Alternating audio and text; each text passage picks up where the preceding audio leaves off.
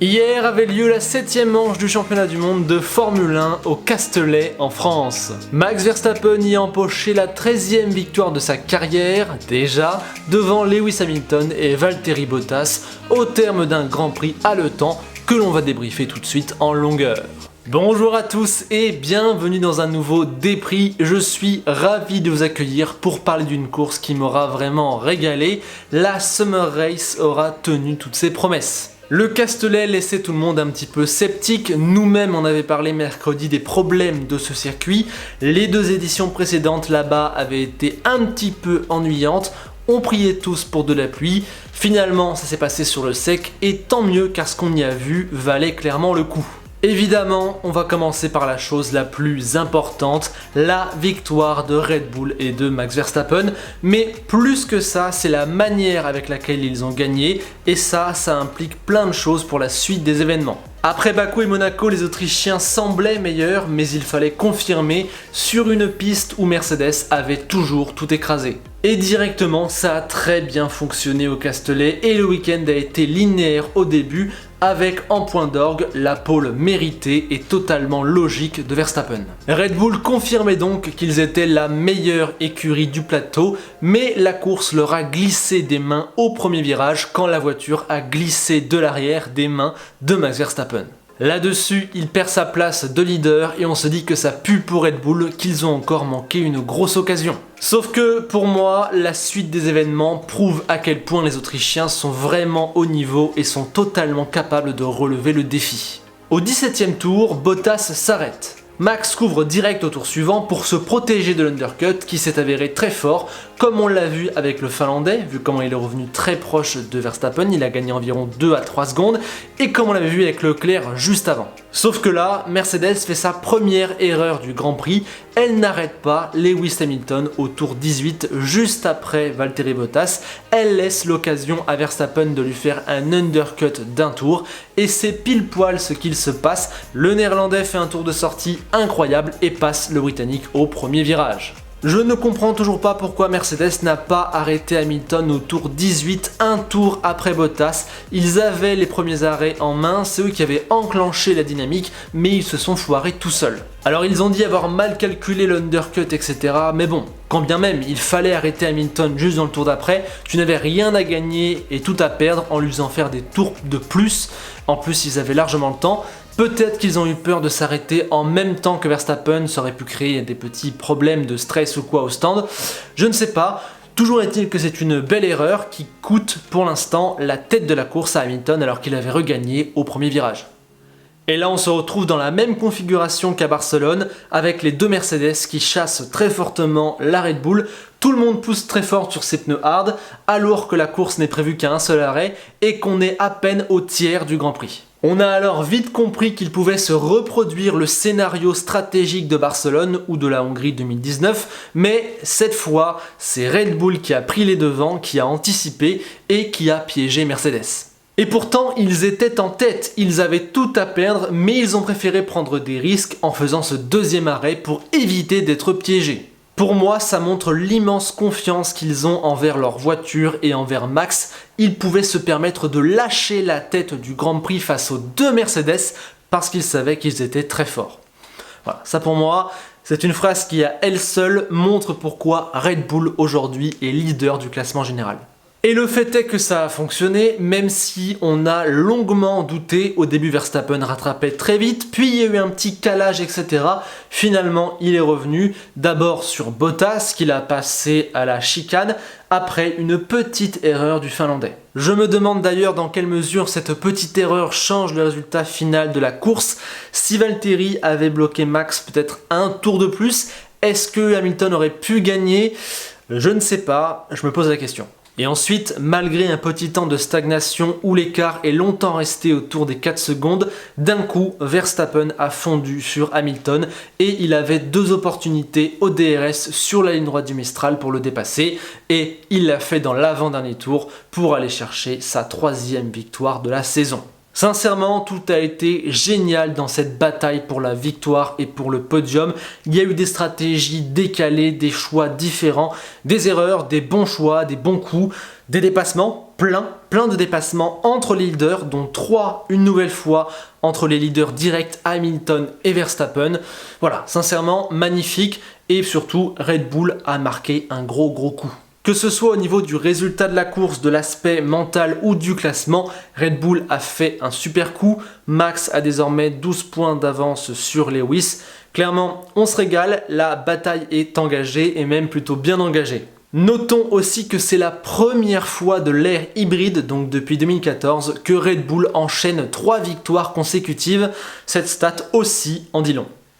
Et l'autre bonne nouvelle pour les Autrichiens, c'est que la voiture numéro 2, eh bien, elle est là aussi. Après 6 week-ends d'adaptation et un déclic à Bakou, Pérez est monté d'un cran. Déjà en qualif, là où il galérait avant, il a signé la 4e place sans souci, pile ce dont Red Bull a besoin. Sur le premier relais, il était un petit peu loin, mais sa présence a permis à Red Bull de tenter un coup stratégique en allongeant son relais. Et surtout, en deuxième partie de course, il a trouvé un rythme phénoménal sur ses pneus hard, rythme que les deux Mercedes n'avaient pas. Du coup, il est revenu comme un boulet de canon et a été chercher son 2e podium consécutif en passant Bottas. Checo est là et fait le boulot. Pour moi, ça en dit très long sur le niveau de la voiture et sur son niveau à lui. Je n'ai rien d'autre à dire que bravo, et c'est génial, ça promet vraiment pour la suite, notamment pour le championnat constructeur. Voir la Red Bull numéro 2 devancer la Mercedes numéro 2 à la régulière totale, c'est jamais arrivé depuis l'an passé et on se régale. Sincèrement, ça promet de belles choses. Alors forcément, pour Mercedes, la pilule est très compliquée à avaler. Il y a un triple constat qui fait mal. D'abord, Red Bull est meilleur. De 2, Pérez est bien présent pour jouer le championnat constructeur. Et de 3, il y a des erreurs. Pour moi, il y en a 4. D'abord, ne pas avoir fait couvrir l'undercut à Lewis. Ensuite, avoir réalisé bien trop tard qu'il fallait faire 2 arrêts pour gagner. Ensuite, être tombé dans le piège de Red Bull. Et enfin, et ça j'ai vraiment pas trop compris, ne pas avoir arrêté Bottas à la fin pour qu'il prenne le point du meilleur tour et qu'il l'enlève à Max et à Red Bull. Alors Toto Wolff a expliqué qu'ils espéraient que Pérez prenne pénalité pour être sorti des limites de la piste juste après avoir dépassé Bottas. Finalement, la direction de course n'a pas mis de pénalité car ils ont estimé que Pérez avait déjà complété son dépassement avant de sortir. Je sais pas si je suis d'accord, en tout cas ça change rien car à l'arrivée, Pérez est plus de 5 secondes devant Bottas. Et du coup là aussi au final, Mercedes a fait un mauvais calcul. C'est donc un gros coup sur la tête des flèches d'argent. La réalité au final est assez simple, ils sont derrière et il va falloir bosser, et bosser très dur. Pendant qu'Hamilton a quasiment tout fait parfaitement, peut-être qu'il aurait pu défendre de manière un petit peu plus vigoureuse sur le dépassement final, mais bon, parlons de Bottas, et le mot du week-end pour lui, ce sera dommage. Dommage car après la catastrophe de Bakou, il était revenu. Il faisait un super week-end, il roulait avec Max et Lewis de bout en bout, mais les 10 derniers tours ont tout gâché, peut-être même de manière irrémédiable, en tout cas les conséquences sont extrêmement lourdes. D'abord, il y a cette erreur face à Max. S'il l'avait tenu, s'il l'avait ralenti, s'il l'avait peut-être empêché d'aller chercher Hamilton, il aurait fait son rôle de numéro 2 parfaitement. Alors je ne pense pas qu'il l'aurait gardé derrière, je pense qu'à Verstappen serait passé quand même le tour d'après au DRS. Ce qui m'embête, c'est d'avoir cédé sur une erreur, ça fait tâche et voilà, malheureusement c'était absolument pas ce qu'il fallait faire. Ensuite, Pérez l'a passé grâce à une meilleure utilisation de la gomme. Là-dessus, Valtteri n'est pas le seul responsable. Clairement, Mercedes s'est trompé en demandant à ses pilotes d'attaquer direct avec les hards, quand Pérez, lui, a pu les sauvegarder un petit peu et ensuite attaquer. Mais toujours est-il que perdre la bataille des numéros 2 et ne pas être sur le podium, c'est un gros coup dur pour Valtteri. Ça aussi, c'est tout ce qu'il ne faut pas faire s'il veut conserver son siège, s'il veut être utile à Mercedes et utile à lui-même. Et enfin, il y a cet échange radio où il dit qu'il avait prévu qu'il fallait faire 2 arrêts et surtout, il demande pourquoi est-ce qu'on ne m'écoute jamais. Ça, c'est un petit peu dérangeant. Toto Wolff a fait le bon communicant en disant que c'était bien que Valtteri exprime ses sentiments, etc. Malgré tout, je continue de dire que ça traduit un malaise ou en tout cas un début de malaise. En tout cas, la descente continue pour Bottas, même s'il a été très bon tout le week-end. Il y a juste ces 10 derniers tours qui ont tout gâché, mais malheureusement, comme je l'ai dit, le résultat final est trop impactant. Enfin voilà, Mercedes et Red Bull, Lewis et Max, Checo et Valtteri, on a un duel à 3 échelons pour la tête des 2 championnats avec une écurie autrichienne qui a montré qu'elle était prête à relever le défi, qu'elle serait là partout, tout le temps, dans toutes les conditions, sur tous les types de circuits. Moi, en tant que fan neutre des 2 équipes et en tant qu'admirateur de Formule 1, je trouve ça absolument génial. Il y a du suspense, de la bataille, de la stratégie, des dépassements en piste. Je ne vois pas ce qu'on peut demander de plus pour une lutte au titre et je n'ai qu'une seule envie, de voir les 2 Grands Prix autrichiens pour voir ce que ça va changer, comment la situation va encore évoluer. Voilà, personnellement, je me régale et merci au Grand Prix de France d'avoir également permis tout ça. Ce qui est également super intéressant dans ce Grand Prix, c'est qu'on a eu une deuxième course environ 50 secondes plus loin des hommes de tête, ce qui je trouve est la norme. Et cette deuxième course, elle a pas mal ressemblé à la première. Il y a eu des coups stratégiques, énormément de dépassements et de gros impacts sur le résultat final. Là aussi, beaucoup s'est joué sur le moment des arrêts. Leclerc et Ricciardo ont tout gagné sur Gasly et Sainz grâce à l'undercut. Après avoir dépassé tous les pilotes intercalés, le groupe de 5, également donc composé de Norris, s'est reformé vers le 30e tour et là on a assisté à 10-15 tours de bataille. Leclerc a dégringolé, Norris est passé sur tout le monde, la bataille avec Gasly fut tendue, Sainz a fait de la résistance, vraiment là aussi c'était magnifique, ça se battait de roue dans roue, ça se dépassait, ça se redoublait, voilà, très très bien. Et au final, j'ai un petit peu envie de dire, comme d'hab, c'est McLaren qui l'emporte dans le midfield et qui récupère la 3e place du général en faisant 5e et 6e. Une nouvelle fois, ils se sont montrés bien plus à l'aise en course qu'en qualif. Partis seulement 8e et 10e, ils ont vécu un départ et un premier relais plus compliqués, mais tout s'est arrangé à la mi-Grand Prix où ils ont soudainement pris le dessus sur tout le reste du plateau. 5 et 6, meilleur des autres, grosse opération. Et ce qui est cool, c'est qu'aujourd'hui, il y a les 2 pilotes. Norris, encore une fois, a été exceptionnel. Départ un petit peu manqué, mais dès que la course est devenue sérieuse, il a repris son rôle de patron à la perfection. Et donc, ce qui était cool, c'est que Ricciardo aussi était là. Q3, un super départ, un premier relais devant Norris, un super rythme pour devancer tout le monde. Finalement, son coéquipier le reprend parce qu'il est plus à l'aise, mais Daniel était là, il a affiché un grand sourire, il dit que ça va de mieux en mieux, il marque de gros points pour l'écurie. Excellent. Et ce qui est encore plus génial pour McLaren, c'est que Ferrari a vécu son pire Grand Prix de la saison sur le modèle totalement inverse, qualif top, course affreuse. Comme si plus les pneus devenaient durs, moins la voiture était performante. Le premier relais était pas trop mal, il y a même eu un splendide undercut avec Leclerc et Sainz menait le midfield. Mais après on a vu que la voiture n'y était juste pas, dégringolant de tour en tour et finissant même sans le moindre point. Aïe. Leclerc a vécu son moins bon week-end de l'année, il a même dit que la course était la pire de sa carrière et il n'a jamais trouvé le réglage et déjà était certain à la mi-course de terminer hors du top 10. Et même avec les médiums à la fin ça n'a pas marché, vraiment un week-end de foiré à oublier que ce soit pour Ferrari ou pour Leclerc. Sainz lui s'en est mieux tiré samedi et dimanche, une performance solide, mais la voiture l'a fait échouer en P11. Alors avant la course, on était déjà inquiet pour le rythme de course des Ferrari, qu'on trouvait largement meilleur le samedi que le dimanche. Là, forcément, cela va empirer. Est-ce que c'était dû au Castellet et à ses nombreux virages à moyenne vitesse où Ferrari n'est pas très forte ? On verra, en tout cas, un rebond est clairement attendu en Autriche, car là, ça va pas du tout. Alors du coup, sans les Ferrari, ça a quand même ouvert 2 places de plus dans le top 10. Il y en avait 4 disponibles. Et bah forcément, comme d'habitude, Pierre Gasly a pris l'une d'entre elles. Que dire, il était tout le temps dans le top 8, peu importe la séance, le temps, la voiture, le circuit. Et il fait donc 6e en qualif et 7e en course. Je pense qu'il est impossible de lui en demander plus, encore des points, encore des gros points, encore parmi les meilleurs du championnat. Bravo Pierre, de Grand Prix en Grand Prix, c'est de plus en plus parfait. Bravo. Je salue également l'excellente performance du père Fernando Alonso.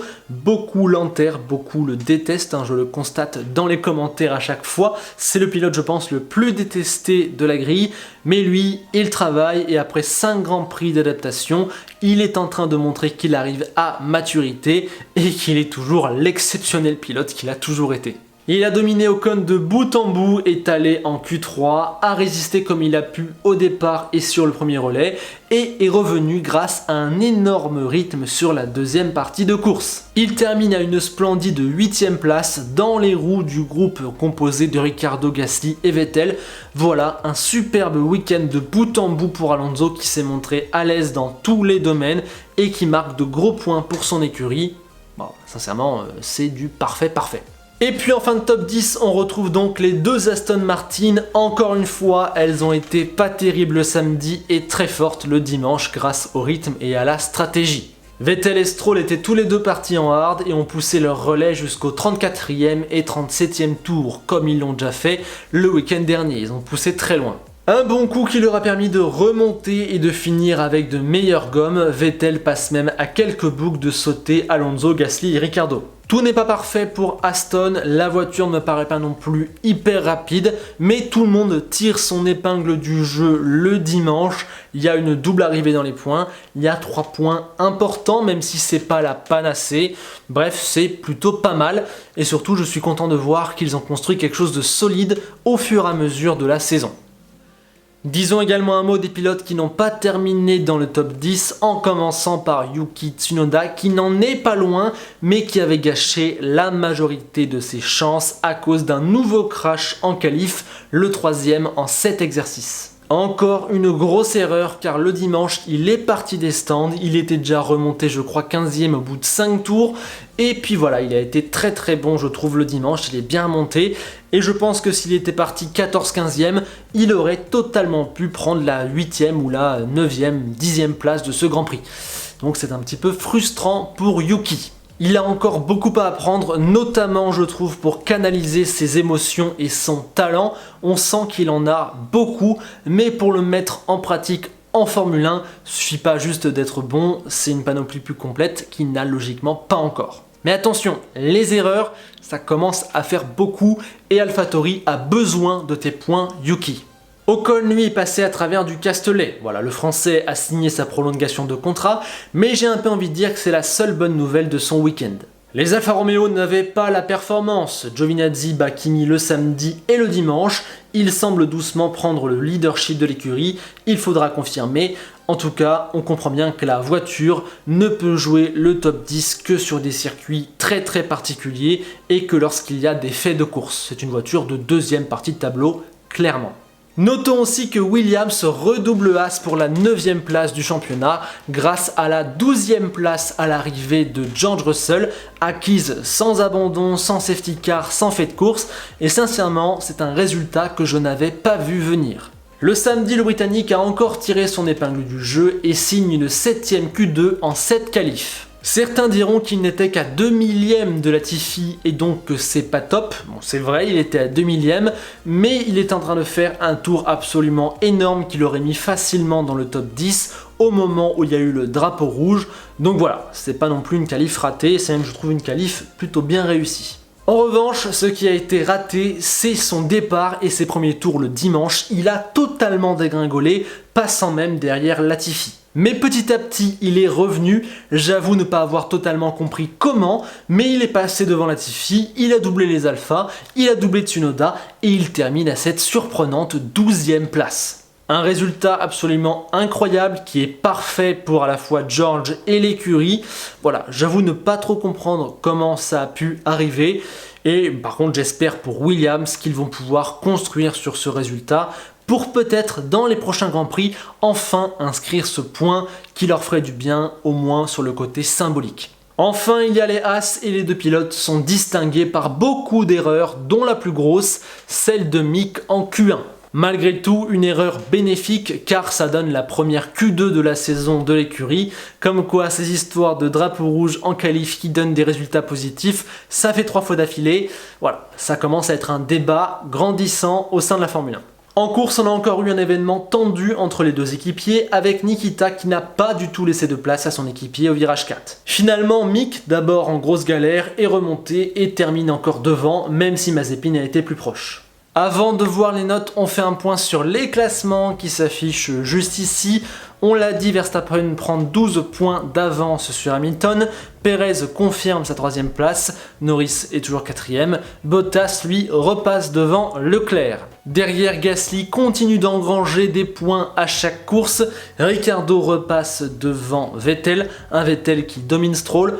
En deuxième partie de tableau, Alonso est devant Ocon notamment. Au constructeur, c'est serré, mais Red Bull a désormais 37 points d'avance sur Mercedes. Derrière, Ferrari fait la très mauvaise opération et compte désormais 16 longueurs de retard sur nos amis de McLaren. Ça fait très mal. La 5e place, c'est toujours aussi serré. Alors, il y a une erreur sur le graphique de la Formule 1. AlphaTauri n'a pas 47, mais bien 45 points. Toujours est-il que ça peut bouger entre ces 3 écuries. Les écarts sont sensiblement les mêmes. C'est très proche, ça va se jouer à peu de points toute la saison. Reste ensuite cette 8e place où Alfa Romeo a fait la différence avec 2 points. Malgré tout, on n'est pas à l'abri d'une course folle un jour. Et on l'a dit donc, Williams est repassé devant Haas à la faveur du meilleur résultat obtenu en course, qui est cette 12e place de George Russell.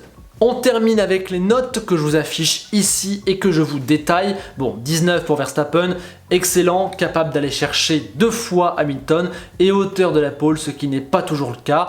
Il aurait eu 20 sans son erreur au premier virage. 18 pour Lewis qui a été parfait de bout en bout et qui a encore failli gagner. Même note pour Perez dont le travail paie et pour Gasly qui est un des 5 meilleurs pilotes du plateau. Norris n'a pas été beaucoup en vue, a pas été ouf en qualif, a pas été ouf au départ et sur le premier relais, mais ça termine avec une grosse P5, ça vaut 17,5. Ricciardo et Alonso, dont j'ai adoré la performance, le suivent de très près. Suivent Sainz qui a dominé Leclerc et quasiment extrait le maximum de sa Ferrari, et Vettel qui a fait un peu pareil.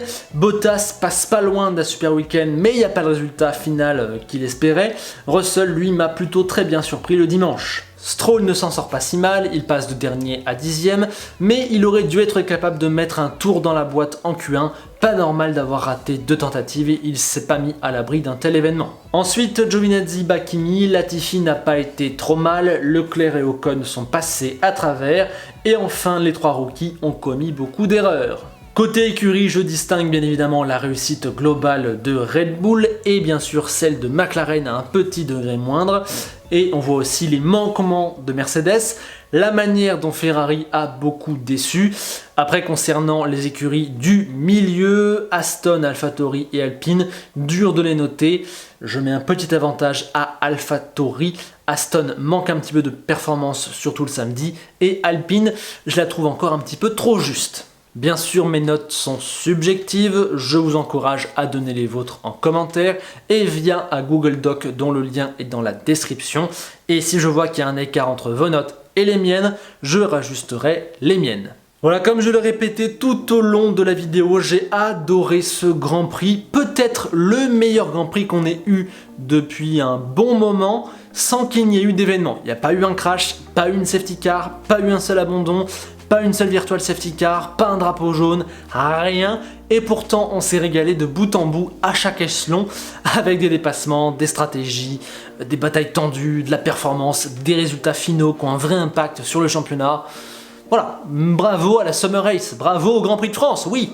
Une seule demande, vite, vite, vite, le doublé autrichien, vite, je veux revoir des Formule 1 en piste. Voilà donc pour ce débrief d'une course haletante que j'espère avoir débriefé au mieux. Bien évidemment, si vous trouvez que c'est le cas, pensez au pouce bleu, pensez au partage et à l'abonnement. Si vous voulez soutenir et mettre en avant la chaîne, merci à tous ceux qui le font à chaque fois, à tous ceux qui regardent les vidéos. Et bien évidemment, comme chaque lundi, on sera en live sur Twitch à 21 h pour faire notre débrief complet. Sur ce, je vous dis à très très vite et on se termine par la phrase que m'a envoyée Enzo Ferrari. J'ai fait un mauvais rêve, Ferrari terminé 11e et 16e. On va pas lui dire. Allez, à bientôt.